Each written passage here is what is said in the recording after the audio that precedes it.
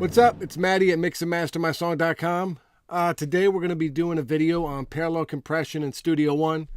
If you don't use Studio One, it's fine. You can still use the same techniques in whatever DAW you're using, but we'll be using Studio One today.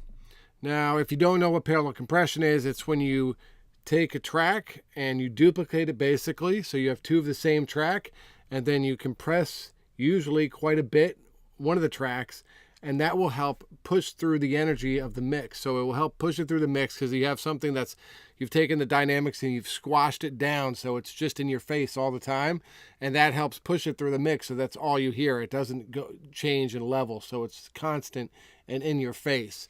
So parallel compression can be used in drums a lot, sometimes on bass, and predominantly on vocals too, because a lot of times that's the most important thing we're mixing. So I'm going to show you how I set up parallel compression, a few of the settings I use, and we'll jump right in. So this is my buddy Zach, his song Newsfeed, and you can check it out in the link, the Spotify link below. But I'll just play like a little 4 bars of this loop here. Hit the gas in the new Benz, crank the level up to 10, crack the window down a little bit, light it up, let the world spin. So you can hear already, I do have a little bit of compression just on the single track, but we want to hit a little harder, so and do the parallel. So there's 2 ways you can go about it. One way is to duplicate, duplicate your track and drag your audio file down, and then just what I'll do is get rid of all these, and then bring up another compressor. You can use anything. I tend to use the Slate one or the UAD one, but you can do this with the Studio One. I mean the Universal Audio, whatever you got. I like to use the vintage one, and so a lot of times you can just take this. We'll solo our parallel track and just bring it up. Hit the gas in the new Benz, crank the level up to 10, crack the window down a little bit, light it up with the... And a lot of times for my attack and release, especially when I'm using the Blueface 1176, they get the Waves ones too. Fast release, medium, slow attack. Hit the gas in the new Benz, crank the level up to 10, crack the window down a little bit. You can hear that that's not going anywhere, so it's just staying right there. And so now we'll go back to our track and just blend it in with the 2. A lot of times what I'll do is start off with the fader low, down all the way. Hit the gas in the new Benz, crank the level up to 10, crack the window down a little bit, light it up, let the world spin. Hit the gas in the new Benz, crank the level up to 10. Let's just solo these. Hit the gas in the new Benz, crank the level up to 10, crack the window down a little bit, light it up, let the world spin. So you can hear quite a big difference. The vocal just kind of like sticks out. Even though we don't have anything else going in the mix, you can hear the vocal punch out. Part of that is it's a little louder because you have a second track, but a lot of that is because your dynamics have been squashed and now it's pushing forward. So that's one way to do it. Another way that I tend to do it is I just take the verse, especially I use these a lot for parallel, the Slate versions, because it has this mix knob. And so instead of having to create a whole nother track, I can just mix it in. Usually like 40% is good enough for me. Hit the gas in the new Benz, crank the level up to 10. Without it. Hit the gas in the new Benz. Then maybe just turn our gain up a little more.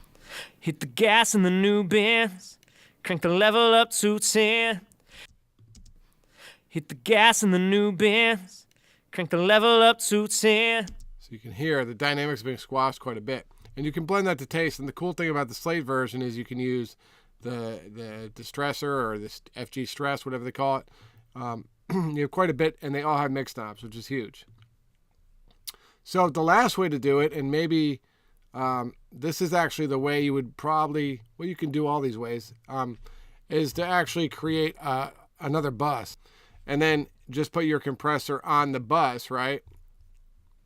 We'll do the modern to switch it up a little bit. Fast attack. There we go. And then you make a send.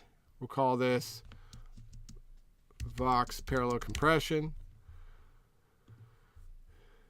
And make a send. Now, what I like to do is switch it to pre-fader so that when I change the volume here, it doesn't change the volume going to the compressor.